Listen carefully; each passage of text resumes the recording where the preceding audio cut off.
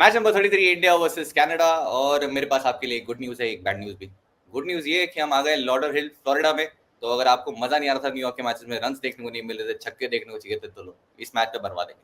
But bad news ये है कि मैच शायद होगा नहीं।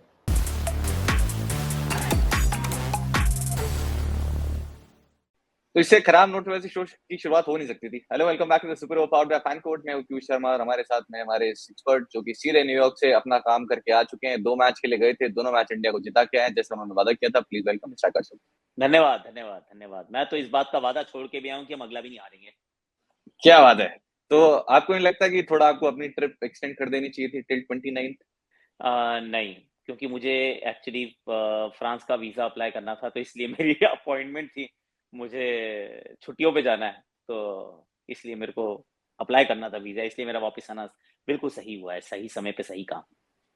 होपफुली जो आप काम करके आए हैं वो आगे भी बना रहे और हम फाइनल तक ऐसे ही जीतते रहे। हालांकि हमने एक्सपेक्ट नहीं किया था कि इतनी हार्ड फॉट विक्ट्री होगी अगेंस्ट यूएसए। हमने एक्सपेक्ट किया था कि ऑब्वियसली यूएसए कम्पीट करेगी, बट उन्होंने थोड़ा ज्यादा अच्छे से कम्पीट किया, जो कि क्रेडिट टू यूएसए। और रोहित शर्मा ने क्रेडिट दिया था उन्हें, जिस तरीके से वो खेले। और ऐसा लग रहा था कि हमने बात भी की थी कि इंडिया ये इंडिया भी है। इनफैक्ट रोहित शर्मा बहुत सारे प्लेयर्स के साथ खुद खेले भी थे, नेत्रबल की हमने बात की थी, हरमीत की बात की थी, बहुत सारे प्लेयर्स के ऑलरेडी खेल चुके थे। और एक काफी अच्छी परफॉर्मेंस यूएसए की रही थी, भले ही वो लूजिंग साइड पे रहे हो। लेकिन क्या इंडिया के लिए थोड़े बहुत कंसर्न्स थे? वैसे मैंने 3 चीज़ों की माँग की थी पिछले जब हमने यूएसए का प्रीव्यू किया था। और ऐसा लग रहा है कि अभी ऊपर वाले मेरे पे बहुत मेहरबान है, क्योंकि मैंने बात की थी सूर्य कुमार यादव के रन्स आ जाएँ, आ गए। शिवम दुबे के रन्स आ जाएँ, वो भी आ गए। अर्शदीप सिंह का एक बहुत ही बढ़िया क्लोजिंग स्पेल आ जाए, वो भी आ गया। बस एक चीज़ जो मैच में मिसिंग थी वो थे रोको के रन्स, स्पेशली कोहली के रन्स, जिनके अभी तक इस टूर्नामेंट में रन्स नहीं आए। अगर भाई वैसे बहुत बड़ा कंसर्न तो है नहीं कि वाईपी ने बहुत रन्स मार के आ रहे हैं, but still in a world cup आप चाहेंगे कि आप आगे के टूर्नामेंट में जाएं, तब आपके साथ में परफॉर्मेंस हो, कुछ रन्स हो आपके आपके साथ।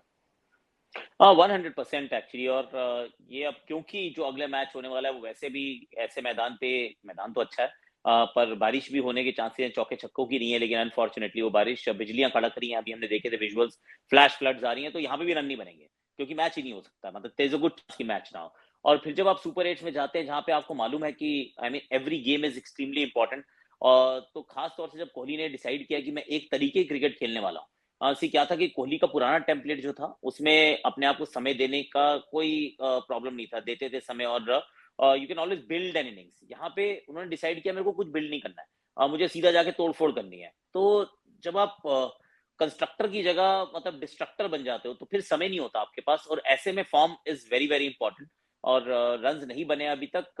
अगेन जैसे आपने कहा, रन्स तो बना देंगे, पर अच्छा होता अगर थोड़े से रन्स बनाकर वो एक्चुअली वेस्ट इंडीज लेग के लिए पहुंचते तो। या बट थोड़े से रन जरूर बना के आ रहे हैं। शिवम दुबे भी अब, जिनकी हमने बात की थी कि वो कॉन्फिडेंस अपलिफ्ट करने की बहुत जरूरत है, और एक टाइम पे लास्ट मैच पे भी थोड़ा स्ट्रगल कर रहे थे वो। इसके अलावा सूर्य कुमार यादव के रन आए, जो कि बहुत जरूरी थे अगेन फॉर इंडिया।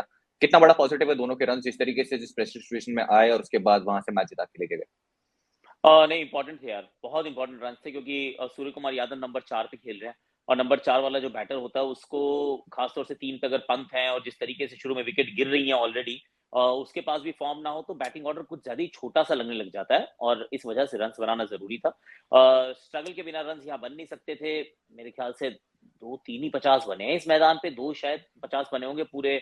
जो न्यूयॉर्क का लेग खत्म हो गया, तो उसमें से एक 50 इन्होंने बना दिया। और ये उस तरीके की पिच है जहां पर यूएसए, कनाडा, आयरलैंड, सबके खिलाफ, किसी के खिलाफ भी अब रन बनाओ तो उसको बहुत रेट करना चाहिए, क्योंकि आसानी से रन नहीं बन रहे हैं। वहां रन बनाए, एक जीवन दान मिला, अगर कैच पकड़ लेते सौरभ नेत्रवलकर, तो यहाँ पर भी जान निकलने वाली थी, मैच और इंटरेस्टिंग हो जाता। तो उनके रन बनाना, एंड देन शिवम दुबे, क्योंकि सी दुबे को, दुबे का रिप्लेसमेंट नहीं है कोई नंबर 6 या 5-6 पे बैटिंग करने वाला।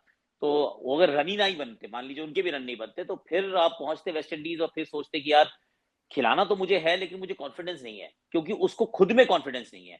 तो उस दृष्टिकोण से देखें, इट्स एक्सट्रीमली क्रिटिकल कि इनके रन्स बन गए हैं, ताकि आने वाले समय में एटलीस्ट कॉन्फिडेंस के साथ बल्लेबाजी करेंगे, और कभी अगर आपके मतलब का मैचअप मिले तो फिर आप वो बड़े शॉट लगाने में ना संकोच नहीं करते, वरना फिर आप बहुत ज्यादा कंजर्वेटिव और रिजर्व होकर क्रिकेट खेलते हो। And T20 cricket is not like that, unless की मैच जो हो न्यूयॉर्क में। आपने कॉन्फिडेंस की बात की, एक और एरिया जहाँ पे थोड़ा कॉन्फिडेंस की जरूरत है, एक ब्रेक हुआ है रविंद्र जडेजा।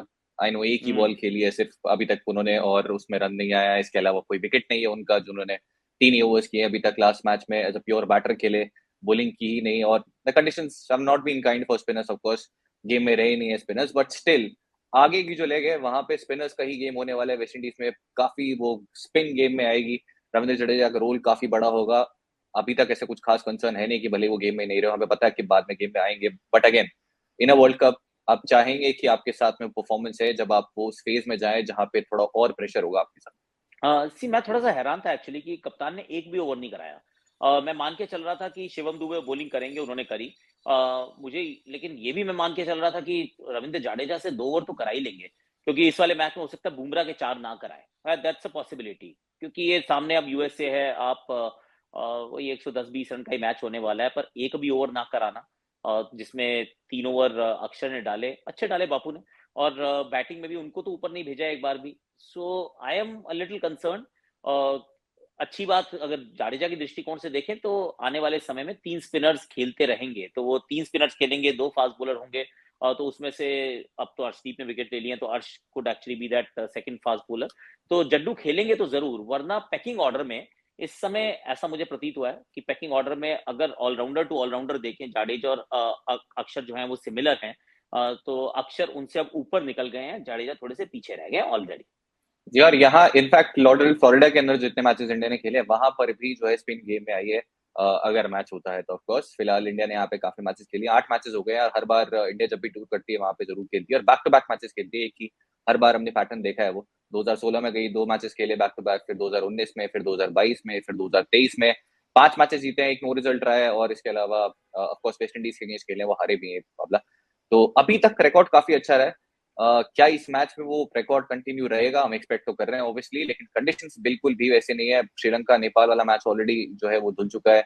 अभी हम आइलैंड और यूएसए का मुकाबला होने वाला है जो हम रिकॉर्ड कर रहे हैं, अभी तक हुआ नहीं है, और अच्छे चांस है कि शायद वो भी आपको वॉश आउट होते हुए दिखे जिस तरीके की कंडीशन है।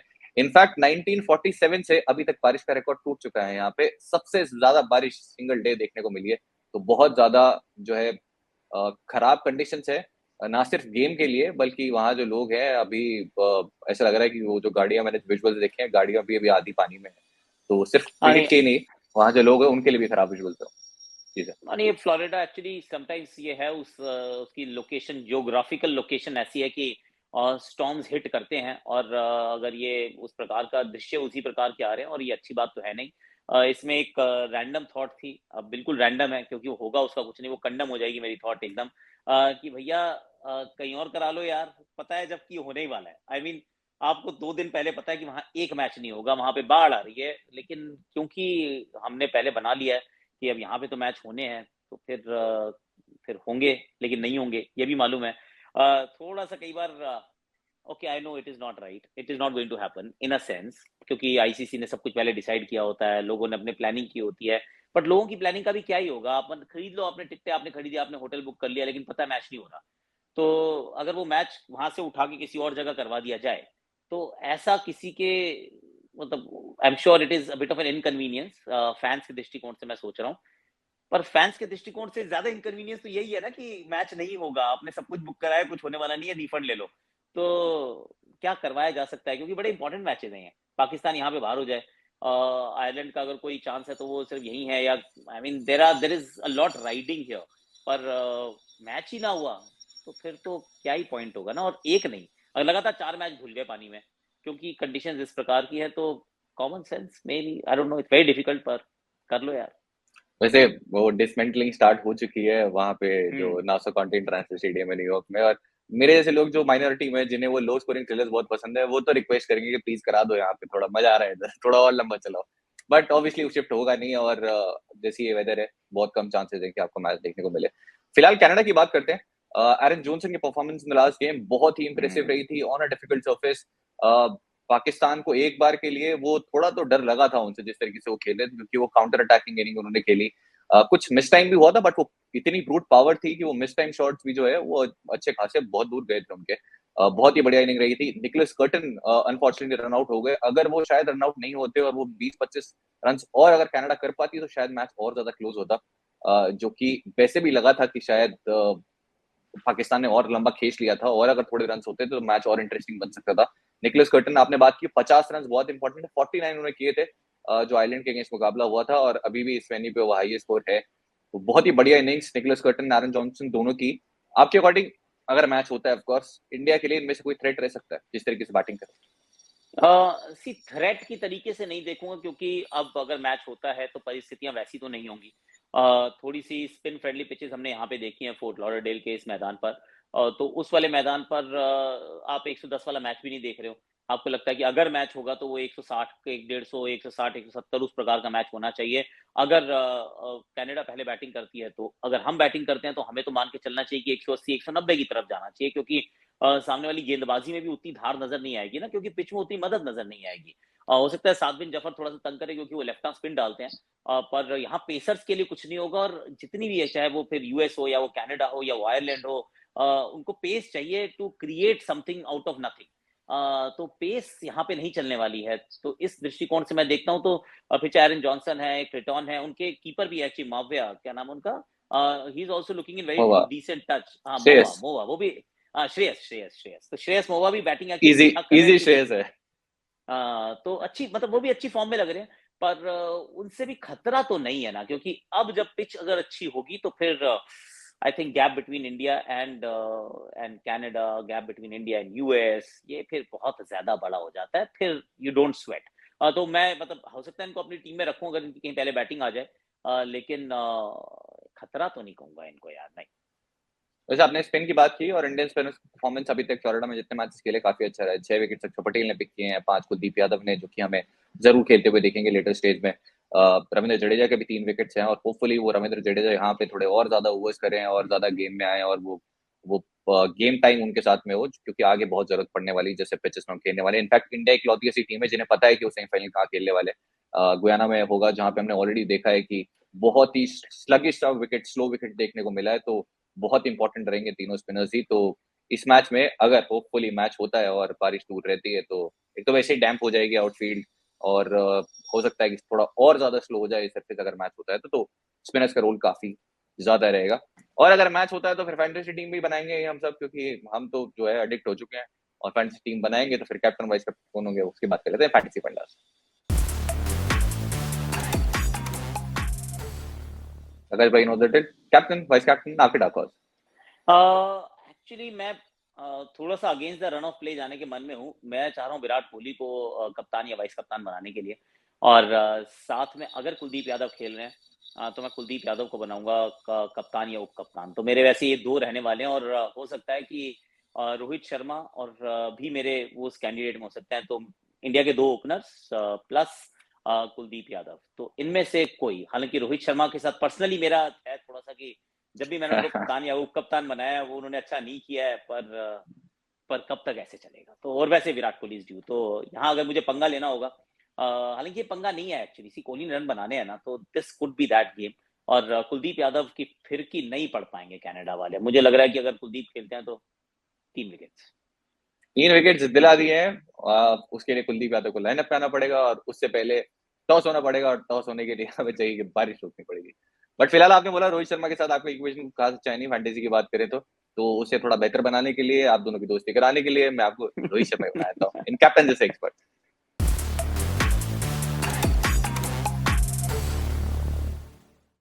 तो अगर भाई सब कुछ बढ़िया चल रहा है रोहित शर्मा के लिए, मैचेस जीत के आ रहे हैं, बट खुद रन करना चाहेंगे ऑफ कोर्स, और उनके ओपनिंग पार्टनर के भी रन देखना चाहेंगे नॉन स्ट्राइकर एंड से। चाहेंगे कि दोनों ही जो ओपनिंग पार्टनरशिप है वो 150-200 रन की हो जाए, दोनों बहुत रन करे इस मैच में अगर मैच होता है तो। आपके लिए अप्रोच क्या रहेगी इंडिया?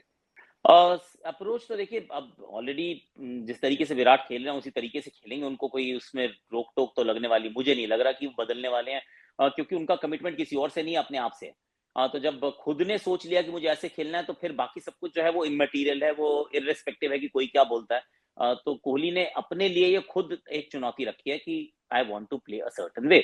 और रोहित शर्मा तो खेलते ही एक तरीके से हैं, तो उन्होंने भी उसी अंदाज में खेलना है। तो मैं एक्सपेक्ट कुछ भी अलग नहीं कर रहा हूँ। मैं तो सोच रहा हूँ कि ये उसी तरीके से खेलेंगे। ऋषभ पंत भी, उनको तो नेसो काउंटी में ऐसे और ऐसे करने में फर्क नहीं पड़ रहा था, तो ये तो फिर फ्लोरिडा पहुंच गए हम। सूर्य कुमार यादव को भी जहां मौका मिलता है फट से वो सुपला शॉट के चक्कर में रहते हैं। तो मुझे तो कोई भी ज्यादा बदलाव की गुंजाइश नहीं लग रही। सिर्फ यही है कि रविंद्र जाडेजा की अगर बॉलिंग आ जाती है तो बॉलिंग कर लें, विकेट ले लें। और एक फास्ट बॉलर शायद हो सकता है कि रेस्ट कर जाए अगर पिच में मॉइस्चर मतलब कहीं ऐसा हो जाए कि मॉइस्चर ना ही है, हालांकि मॉइस्चर तो हर जगह है, लेकिन अगर नहीं है तो हो सकता है कि 3 स्पिनर खेल रहे हैं और 3 स्पिनर खेल रहे हैं तो कुलदीप यादव जैसी मैच खेले वैसे 3 विकेट लेने, बस ज्यादा ही, इतना छोटा सा ही ख्वाब है मेरा तो। बस ज्यादा नहीं है। मेरा भी है कि बस एक ट्रॉफी मिल जाए, जो कि सालों से मिली नहीं है। इसी उम्मीद में अहमदाबाद भी बैठा था मैं, बट खड़ा हूँ आज भी मैं वही, जो कि हर एपिसोड में बोलते रहता हूँ। बट दुनिया का खड़ी है, सोशल मीडिया का खड़ा है, और वो डिवाइड हो चुका है। अभी बहुत ही इंटरेस्टिंग डिबेट चल रही है, क्योंकि ऑस्ट्रेलिया के पास में मौका है इंग्लैंड को बाहर कर देने का। उसकी टीम में बात करते हैं निगम बताइए।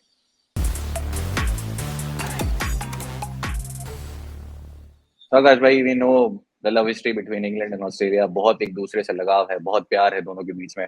और ऑस्ट्रेलिया के पास अपॉर्चुनिटी है, वो उस पोजीशन में है, एक तो क्वालिफाई कर चुके हैं, और वो उस पोजीशन में है कि आखिरी मुकाबला जो उनका स्कॉटलैंड के अगेंस्ट है, वो एक्चुअली डिक्टेट कर सकते हैं कि कौन जाएगा कौन नहीं। क्योंकि इंग्लैंड की हमने ऑलरेडी बात की थी, वो एनआरआर बहुत हिट हो चुकी है, और वो जो पहला मैच धुला था वो बहुत मैसिवली उन्हें बाद में परेशान करने वाला है।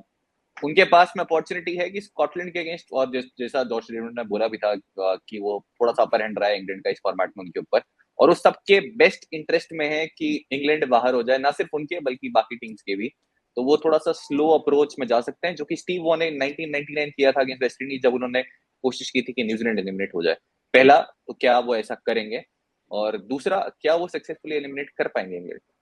हाँ, पहली बात तो ऐसी कोशिश नहीं करेंगे और करनी भी नहीं चाहिए, क्योंकि ये अपने बारे में सोचे जा रहे हैं। कोई स्टार स्पोर्ट्स के बारे में भी सोच लो यार। ब्रॉडकास्टर ने बहुत पैसे दिए हैं, ना पाकिस्तान ना इंग्लैंड ना न्यूजीलैंड बेचारे कैसे पैसे रिकवर करेंगे जो इंडियन ब्रॉडकास्टर है, थोड़ा सोचो उनके बारे में। Point number 1। पर दूसरी पॉइंट ये कि आईसीसी ने हाथ के हाथ ही बता भी दिया है कि ऐसा किसी ने कुछ भी मैनिपुलेट करने की कोशिश की ना तो फिर आपको 2 मैच का बैन थमा दिया जाएगा। और वो बैन उसको नहीं होगा जिसने जाके स्टेटमेंट दी है, बैन होगा कप्तान को। तो उसी के उसके बिल्कुल पीछे भी मैथ्यू मॉट का एक स्टेटमेंट भी आ गया। नहीं, टंग एंड चीक कमेंट था, जॉश तो बड़े अच्छे लड़के हैं। तो वो ऐसे उन्होंने बोल दिया होगा। हम तो बड़े दिल से क्रिकेट खेलते हैं। And to be very honest, I genuinely feel and believe कि आपको जब भी आप क्रिकेट के मैदान पे उतरे, आपको सिर्फ एक ही चीज के बारे में सोचना चाहिए कि मेरे लिए सबसे बेहतर चीज क्या है ऑन दैट पर्टिकुलर डे, कि मुझे अच्छा खेलना है, मेरा ये बेस्ट क्या हो सकता है, मैं अच्छे तरीके से कैसे जीत सकता हूँ। या तो एक होता है, या दूसरा ये तरीका भी होता है कि मैच में जीत चुका हूँ या मैं क्वालिफाई कर चुका हूँ, मेरी पोजीशन पे कोई फर्क नहीं पड़ने वाला, पर मैं अपने 3 खिलाड़ियों को चांस देना चाहता हूँ, सो दैट कि आगे जाके मुझे जरूरत पड़ेगी तो इन खिलाड़ियों के पास फॉर्म होनी चाहिए। तो टोटली सेल्फिश अंदाज में आपको खेलना है, पर वो ग्रीडी और सेल्फिश होना है अपने इंप्रूवमेंट के लिए, नॉट कि ये वाला बंदा मेरे को, ये वाली टीम मुझे बाद में ना मिले। नहीं, इस रणनीति से कोई भी कभी भी खेलेगा, वैसे तो खेलता नहीं है कोई, लेकिन अगर कोई खेलेगा तो फिर आज नहीं तो कल वो फिर मुंह के बला पड़ेंगे, लेने के देने पड़ जाएंगे। तो I don't think that's going to happen. और अब तो क्योंकि ये the cat is out of the bag, ये चुपचाप से कर भी लेते तो कोई बात नहीं थी भाई, अगर मन था तो शायद नहीं भी बताते, हमें पता ना चलता। अब तो बोल दिया है तो सब लोग ना वो एकदम से वो माइक्रोस्कोप लेके बैठ जाएंगे, मैग्नीफाइंग ग्लास लेके, कि भैया चेक करो इनको क्या कर रहे हैं ये। तो मुझे लग रहा है कि नहीं, अच्छे से खेलेंगे और स्कॉटलैंड को ये अच्छे से हरा पाएंगे, दिक्कत नहीं होगी। अब तो सिचुएशन ऐसी है कि वो सही में अगर स्ट्रगल भी कर रहे होंगे, कंडीशंस खराब भी होगी, तो भी ऐसा लग रहा होगा कि वो डेलिबरेटली कर रहे हैं। हालांकि आईसीसी ने बोल दिया करेक्ट। है, as per ICC code of conduct 2.11, जो आर्टिकल है उसमें क्लियरली मेंशन्ड है कि अगर आप मैनिपुलेट करते हैं आईसीसी इवेंट में, अगर वो पूल स्टेज पे अगर डेलिबरेटली हारने की कोशिश करते हैं, या फिर इवन एनआरआर के साथ भी अगर आप छेड़खानी करने की कोशिश करते हैं, तो फिर 4 तो सस्पेंशन पॉइंट, और 2 आपको जो है जो आपके कैप्टन है उनको बैन 2 मैचेस का लग जाएगा। तो ऑब्वियसली वो रिस्क लेना आप चाहेंगे नहीं। दूसरा जो कि काफी ट्रेंड कर रहा है, और पाकिस्तान क्रिकेट हमेशा सुर्खियों में रहता ही है, तो अहमद शहजान का एक 6 साढ़े 6 मिनट का एक वीडियो है, जो कि काफी अभी चल रहा है। पाकिस्तान क्रिकेट पे एक बहुत ही बेहतरीन स्पीच दी है उन्होंने, जहाँ पे उन्होंने करंट स्किपर जो बाबर आजम है उनके लिए कहा है कि क्योंकि बाबर आजम को पाकिस्तान में किंग कहा जाता है, कि बॉबी कर लेगा, उन्होंने कहा है कि ये जाली किंग है। तो बहुत ही लंबी एक तो बेहतरीन स्पीच दी है उन्होंने। उन्होंने कहा है कि अपने जो दोस्तों को है वो सालों से खिला रहे हैं, और वो क्रिकेट जो डोमेस्टिक क्रिकेट का स्ट्रक्चर है वो काफी खराब कर दिया उन्होंने, और कुछ बहुत ही संगीन एलिगेशंस लगाई है। क्या आपने वो देखा, और क्या आपका रिएक्शन उसके ऊपर। इंटरेस्टिंग बात बताऊं पीयूष, मैंने पूरा 6.5 मिनट, कुछ ज्यादा लंबा होता है, मैं देख नहीं पाया इतना लंबा। सिर्फ मैं अपना फैन कोड का शो दोबारा देखता हूँ रिपीट टेलीकास्ट पे। पर 2-3 चीजें। एक तो जो the real king is only Brandon King, क्योंकि उनके नाम में किंग है। बाकी बाकी सब हम किसी के बारे में किंग के बारे में बात नहीं करेंगे, क्योंकि there is no king, there बाकी इज नो एम्परर। नेदरलैंड्स के किंगमा के नाम में भी है किंग। हाँ, किंग वहां के नाम है, but Brandon King, I am going with Brandon King. पर दूसरी बात ये, ऐसा कई बार ना फीलिंग आती है पाकिस्तान को ना, कभी आप ध्यान से देखो कि थोड़ा हाइपर नेशनलिज्म दिखता है शुरुआत में, जब तक मैच नहीं होते तब तक वो ऐसे बातें कर रहे होते हैं जैसे इसके बाद अगला मैच जो है चांद पे जाके जीतेंगे, धरती पे तो सारे मैच हमने जीतने हैं, कोई ऐसा किला नहीं है जो हमने पता नहीं किया, हमारी टीम, बॉबी वाली टीम, हमारी चाचा वाली टीम हमारी इतनी अच्छी है कि हम चांद पे जीतेंगे इस बार। उसके बाद जब ये हारते हैं, जैसे ही हारते हैं तो ये इतना क्रिटिसाइज करते हैं कि दूर से बैठ के देख के लगता है अरे यार इसी का इंतजार कर रहे थे कि कब हारोगे, फिर देखते हैं, अब आया ऊंट पहाड़ के नीचे।